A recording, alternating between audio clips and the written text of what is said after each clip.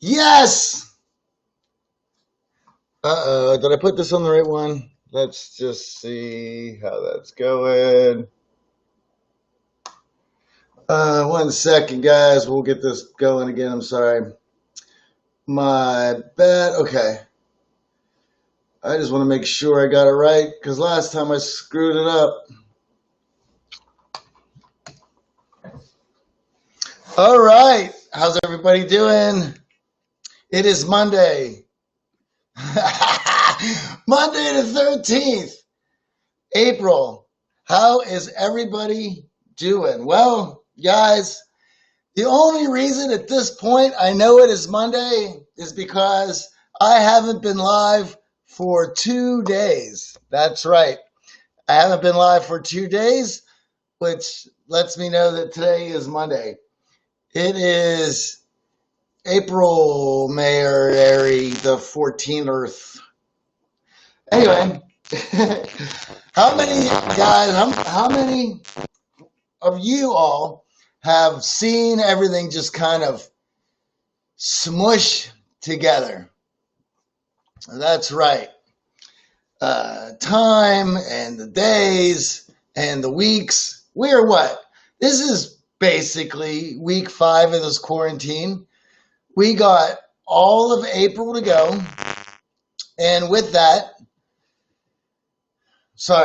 all of April to go. And at the moment, it seems like May, at least for Los Angeles, is halfway buried in this quarantine. Now, I had seen some articles and some arguments of why this should be held till June 1st, which is my sister's birthday. I can understand that. Damn, but that's a long time. It is what it is, folks. And we're going to make the most of it. This is why, one of the reasons why I have decided to do this, because I want to work with you guys. I want to go live and talk about what's going on and answer your questions and have a documented live journal about my own thoughts in this, and then just to be able to reflect back at this time of what was going on in the world, my thoughts, and with you all. What a way to be able to document this than to go live into all the Art of Charm portals and chat with you guys. So with that, I say hello, and I hope everyone is doing well. And here's what I was telling. I was just on another meeting with some of our employees here at the Art of Charm. We were putting together this week's promo for the Adam Grant interview through our social portals and preparing for this week's podcast interviews. And, in putting that together, we're a month into this, and the guys have been doing great. They have been doing wonderfully, but there's a few of them who are quite young. And I just brought up the fact, as we have another month here, and maybe this is me trying to motivate as a business owner, but I brought up the fact that this is a historical event, not a pleasant one. I don't think anyone is thrilled about this. Well, I'm sure there are some fat cats who are making a lot of money off this, but I digress. But for all of us who have spent any time being adults and working and doing the grind of life, putting things together, projects, companies, families, there comes a point in all of our lives where we ask for a timeout, where we say to ourselves, well, it would be nice if the world would just stop for a moment so I could catch up. Now, as ridiculous as that request is, it's actually happening. the whole world is on pause. Granted, it's not the pause of freeze frame that we would all love to see in our lives while the world stops and everyone is frozen in motion, that we take care of whatever it is that we need to take care of to get ahead. However, be as it may, well, thank you. Be as it may, the world has stopped for a moment, for a month. And we have another month ahead of us with the possibility of a few more weeks tacked on top of that. As an adult, I have said that to myself many times. And here's the moment where it's actually happened.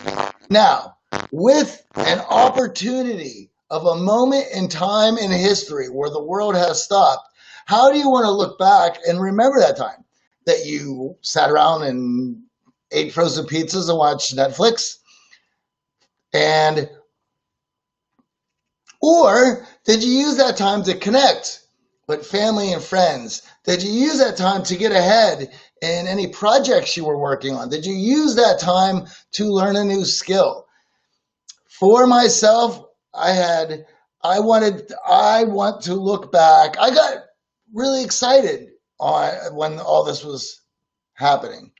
Not because of it being a good thing, because it was a moment in history. If you look at my Instagram, I held up a sign that said, "Welcome to history." This is a historical moment. 20 years from now, 30 years from now, all of you are going to be asked, what was that like? What was it like to go through something like that? What did you do? And some of us are going to say it was like a vacation, a staycation. We just sat in the house and we watched movies and cooked frozen pizzas. Some of you are going to look back and said, I took full advantage of that situation and crushed it and learned a new skill in which I built a business after the world started again. Or I took advantage of that and reached out and connected with people and brought our family closer together.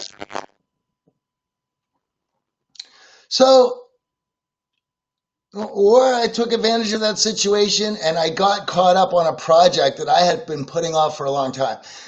Here's one for you. I have a friend who was just happened to be doing some marketing for a guitar teacher. And they were selling courses, I believe, a guitar course. It was like, I can't remember, it's like a couple $100. And they were chugging away at their marketing before all this happened. And then this happened and sales shot through the roof. Do you know how many people who sat around and said, one day I would love to learn the guitar, who took this opportunity to pick up a skill that they've been putting off for so long? Needless to say, they had been crushing it in sales. I also saw a friend on Facebook who had taken this opportunity to learn a language. She's now learning Italian and is planning on taking a trip to Italy when this is all over. So, I know I've been harping on this situation and about taking advantage of it, but that's really important to me.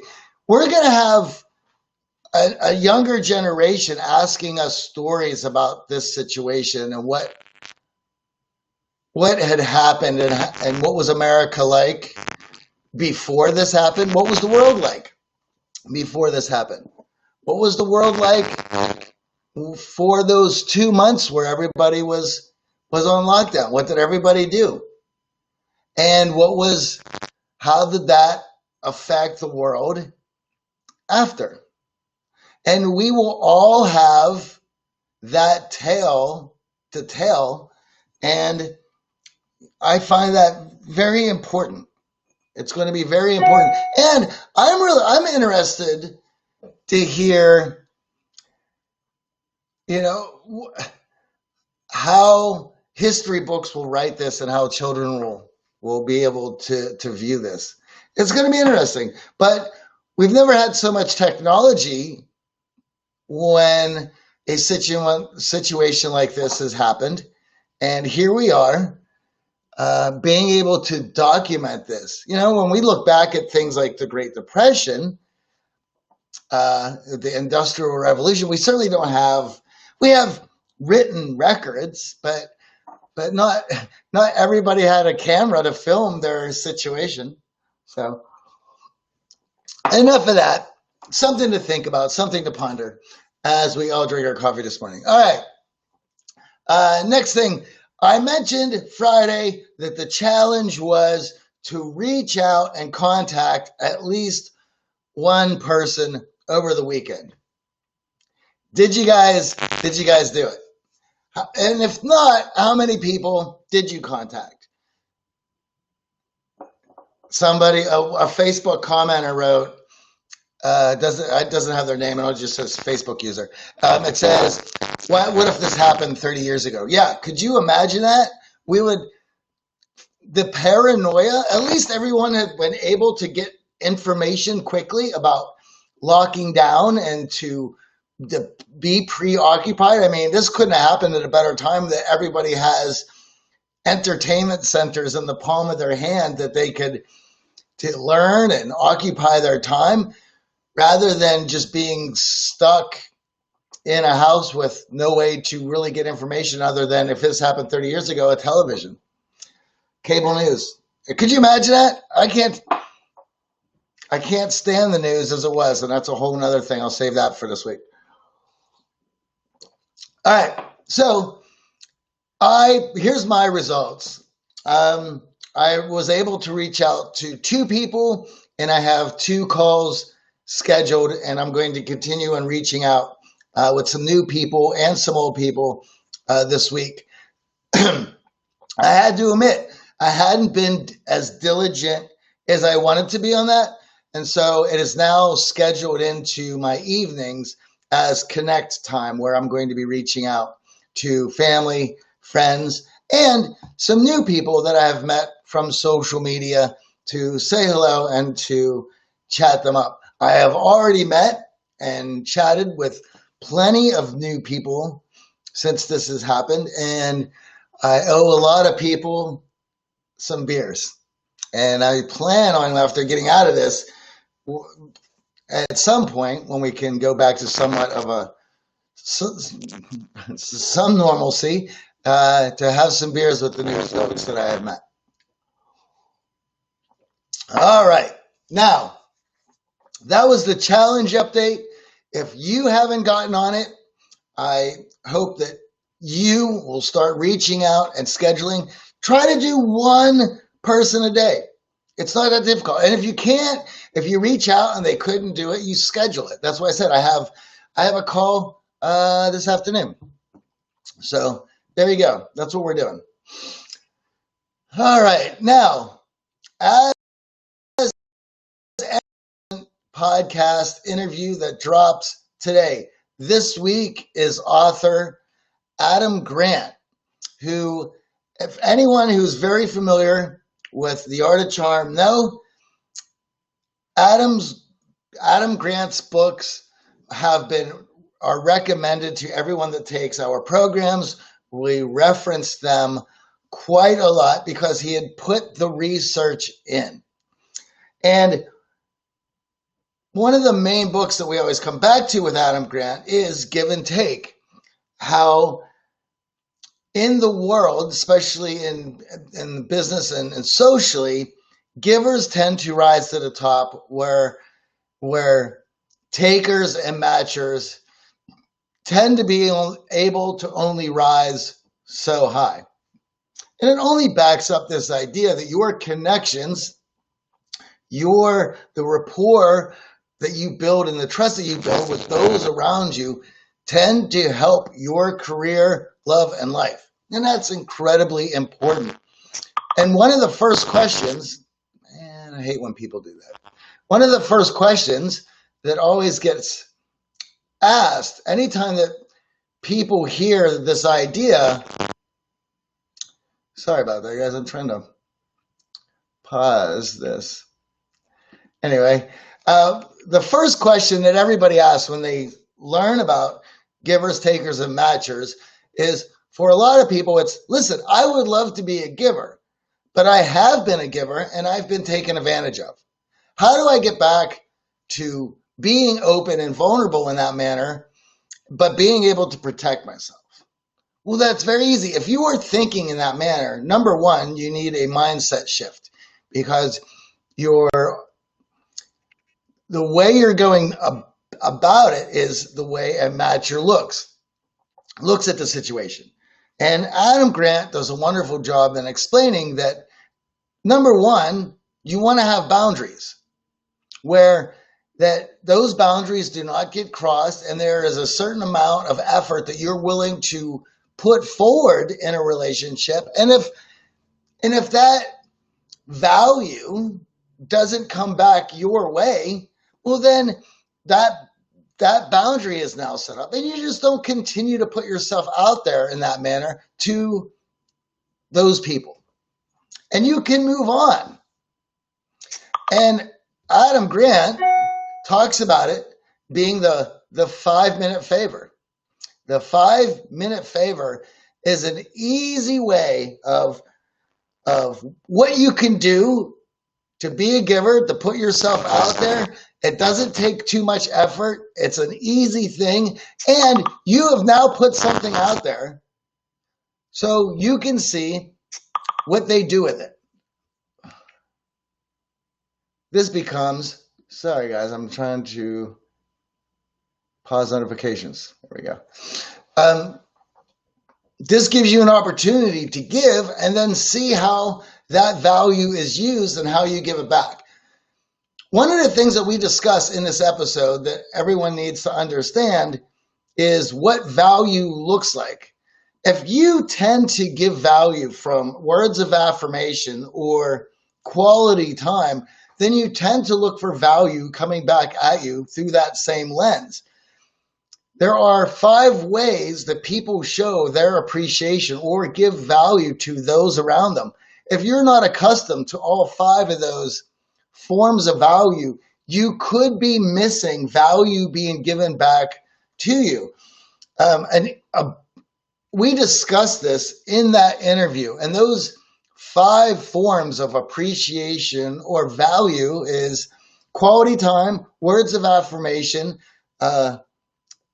appreciative touch, and gift giving. And there was one more, and I can't remember at the moment, but it is Gary Chapman had wrote about them in his book, The 5 Love Languages. And in that book, don't let that title fool you. In that book, Gary talks about 5 ways that we show appreciation, and everyone has their preferred ways. So if you have 2 preferred ways in which you give value to somebody, and yet theirs, the way they're going to show that appreciation for the value you had given them is different than what you had given them, well, then it's going to be difficult for you to recognize that value. And if you cannot recognize that value, it's difficult for you to fuel yourself to want to do more. Because here's how this works. As a giver, as somebody who wants to put value out and be a giver, you get fueled by seeing that value come back to you. And without having that value come back to you, it's easy for your efforts to think your efforts are being ignored and taken advantage of, in which you will get run down. And if you get run down, it's going to be very difficult for you to get up and want to do that again. And that's where the communication clashes happen. And of course, if you are somebody who first thinks, well, I'd love to be a giver, but I don't want to get taken advantage of.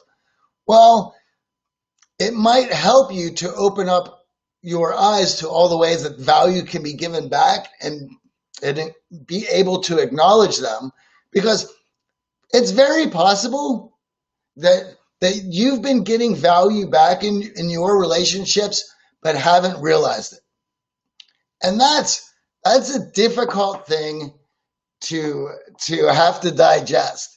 I know personally that I had a hard time recognizing forms of value. And I'll even give you an example of this. As many of you know, my business partner is AJ. We've been doing the podcast and the Art of Charm together for 15 years, close to it.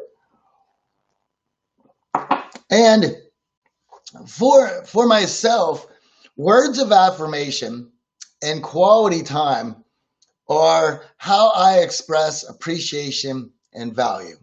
Try to do it to the best of my abilities in that manner. AJ, his is, I believe, quality time and thoughtful gifts, which are just small, thoughtful gifts that you can give to people as a token of appreciation. Now, for myself, I don't see token gifts of appreciation. They're not things that the way I express my gratitude or appreciation. So when I get them, I tend to think, well, what am I going to do with this? Where am I going to put this thing? I guess I'll just put this on my counter. Because it's not something that I typically do, it was difficult for me to understand the thought and the effort that it takes to come up with a thoughtful gift. It wasn't until reading Gary Chapman's book that I had learned that and was now able to see how for somebody else, that is their love language. That is their way of giving value. And so we discuss this in the episode. It's very important. I recommend you check it out. If you want to be a high value person, if you want to develop your relationships and deepen your connections, then understanding how to be a giver, the 5-minute favor, and those 5 love languages are going to help you rise to be that person. And it's difficult. It takes work. It takes knowledge. You have to learn about these things in order to be able to be an effective giver. So definitely check that episode out. And with that, I'm going to see if there's any questions here. If you have any questions, you can put them in. For those of you on Instagram, I will check that. If you are on Periscope or Facebook or YouTube, you can put them in the comments. Let's see what's going on here. We'll see if anyone has it. I know it's Monday. Sushi sent you a video request. All right, we'll say hello. All right.